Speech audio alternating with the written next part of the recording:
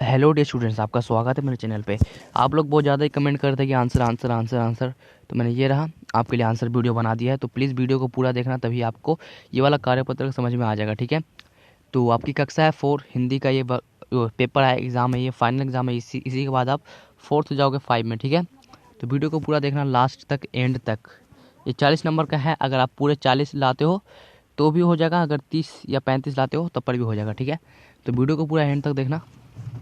कक्षा उसका सबसे बता दिया है। ये वार्षिक आकलन है, मतलब कि हर साल ये फाइनल एग्जाम है, ठीक है, 2020 2021। चलिए शुरू करते हैं आज का कार्यपत्रक। तो ये फाइनल एग्जाम है। देखिए, सही विकल्प का चुनाव कीजिए। तो सही विकल्प पर हमें चुनना है। चलिए सही विकल्प वाले ऑप्शन पर टिक करते हैं। निम्नलिखित में से फूल का पर्यायवाची शब्द क्या है? फूल मतलब पर्यायवाची शब्द उसे कहते हैं जो एक ही नाम के, मतलब एक ही समान के अलग अलग नाम हो, ठीक है। जैसे कि फूल, फूल का एक और नाम है पुष्प, कुसुम भी बोलते हैं उसको, ठीक है। अब देखिए यहाँ पे फूल वाला हो गया, किस पे हमें टिक करना है? घा वाला पे, गा वाला पे। तो मित्र का विलोम शब्द, मित्र का उल्टा शब्द क्या है? ठीक है, तो मित्र का उल्टा शब्द हो गया, जो हो जाएगा शत्रु।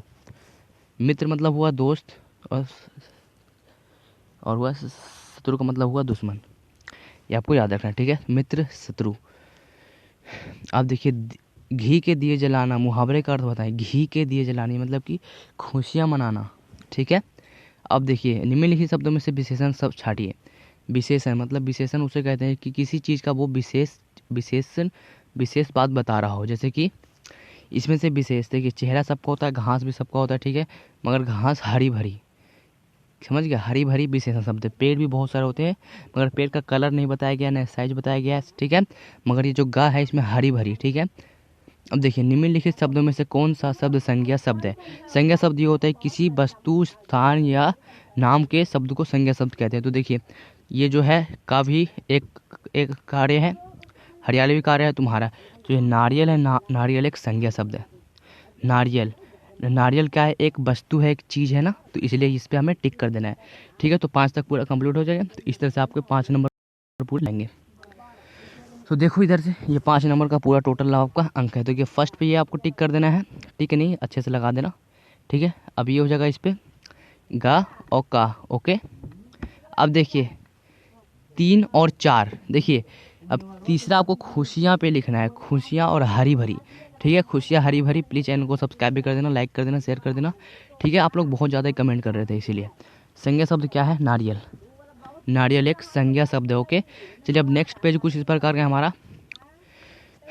तो देखिए, इसमें हमें क्या करना है? जो भी इसमें रियल वर्ड है, ठीक है, जो भी शुद्ध वर्तनी वाले शब्द पर गोला लगाओ।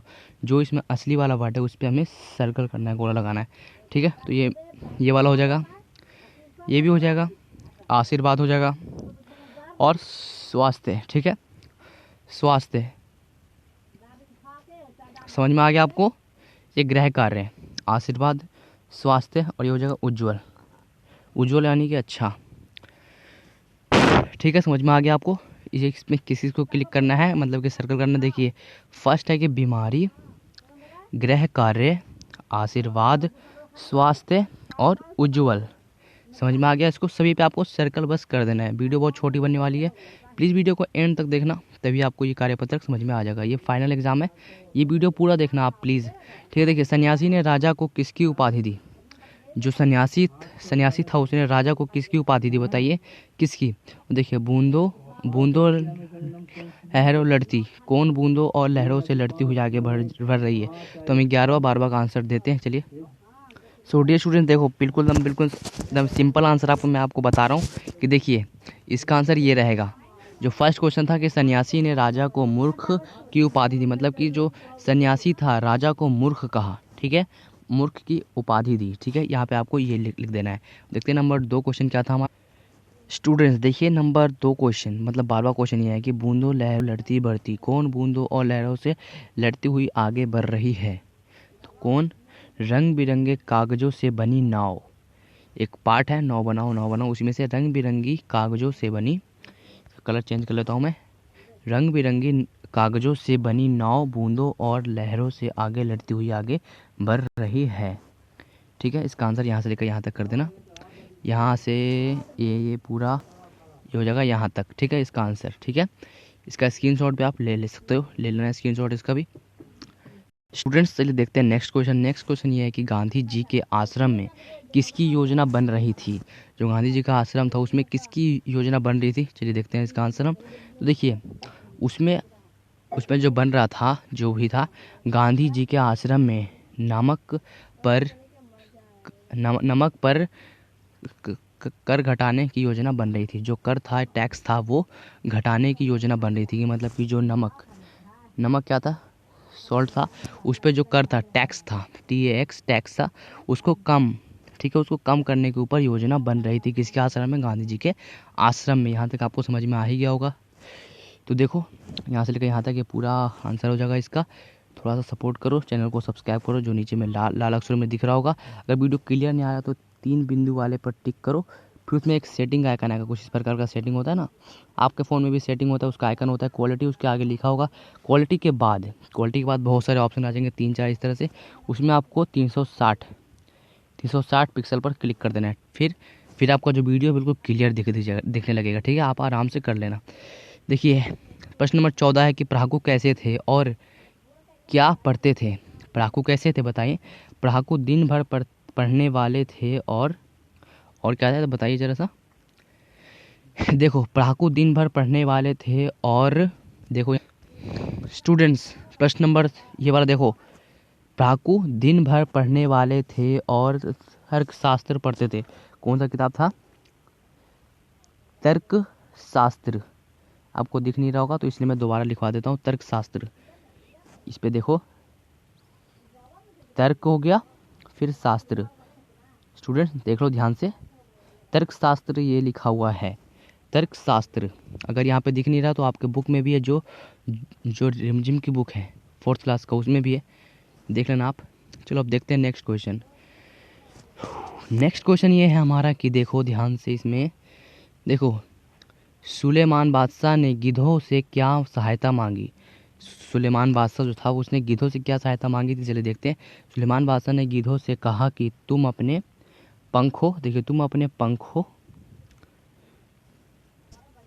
स्टूडेंट्स देखो मैं बिल्कुल अच्छे से आंसर आपको बताना चाहता हूँ, मगर आप देख नहीं रहे हो, और थोड़ा सपोर्ट करो, चैनल को सब्सक्राइब करो। सुलेमान बादशाह ने गिद्धों से कहा कि तुम अपने पंखों से मेरे सिर पर एक छाया कर दो। क्या कहा, छाया कर दो अपने पंखों से। जो पंख थे गिद्धों के, आपको पता है पंख गिद्धों के बड़े बड़े होते हैं, तो इसलिए सुलेमान बादशाह ने कहा गिद्धों से कि तुम अपने पंखों से मेरे सर पर छाया कर दो, ठीक है, क्योंकि मुझे धूप लग रहा है इसलिए। ओके, यहाँ तक आपको समझ में आ गया ना, सुलेमान बादशाह ने गिद्धों से क्या कहा था और क्या सहायता मांगी थी। ओके देखिए अब चलते हैं नेक्स्ट क्वेश्चन, बिल्कुल तो मस्त है, आसान है। यह है चित्रात्मक प्रश्न। यहाँ पे एक चित्र दिख रहा होगा, 7 नंबर का है। अगर आप इसको करते हो तो 7 नंबर आपको टोटल मिलते। स्टूडेंट्स देखो इस पक्षी का नाम क्या है बताओ पहले। यह चित्र किसका है, ये एक पक्षी है जिसका नाम है हुदहुद। इसको कहते हैं हुदहुद, इसका नाम आपको याद रखना है, हुदहुद इसका नाम है इस पक्षी का। इसके आगे में एक लंबी सी चोंच होती है और इसको जो सर होता है उसके ऊपर एकदम पंख होता है, एकदम बहुत ही काले और थोड़े ऑरेंज फिर वाइट कुछ इस प्रकार के होते हैं, देख लो, ठीक है। और इसकी पंख भी ब्लैक और वाइट कलर की होती है, और इसको गांव में कुछ अलग अलग नाम से बुलाते हैं, मगर इसका रियल नेम है हुदहुद, ठीक है।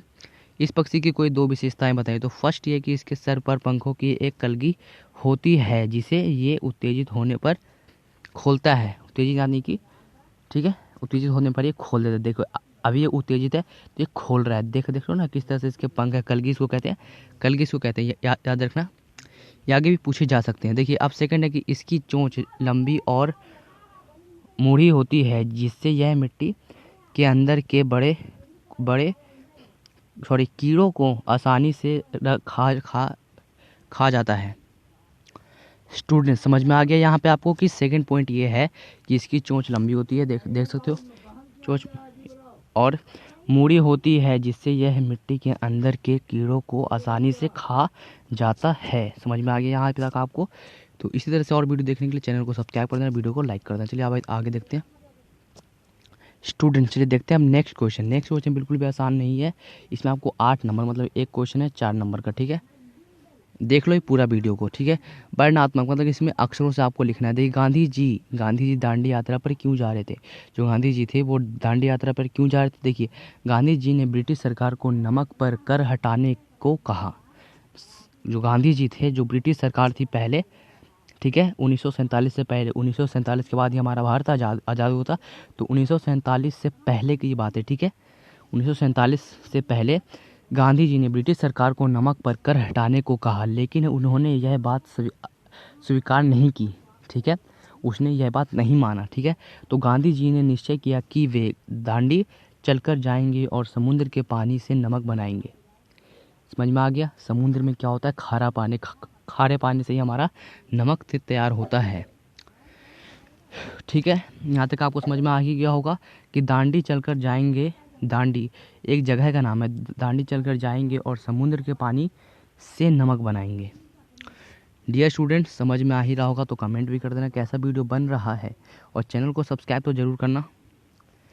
क्या कहते हैं मेरे बस का, क्यों तब फिर है वह किसके बस का, दोस्त सभी है बस आलस का, आलस छोड़ो सब कर पाओ। इस पंक्ति में कवि क्या संदेश दे रहा है, लिखिए। तो जो इस पंक्ति, यहाँ पे 4 पंक्ति आपको दिख रहे होंगे, इसमें क्या संदेश देना चाहते हैं कवि, उसको लिखिए। चलिए लिखते हैं इसको।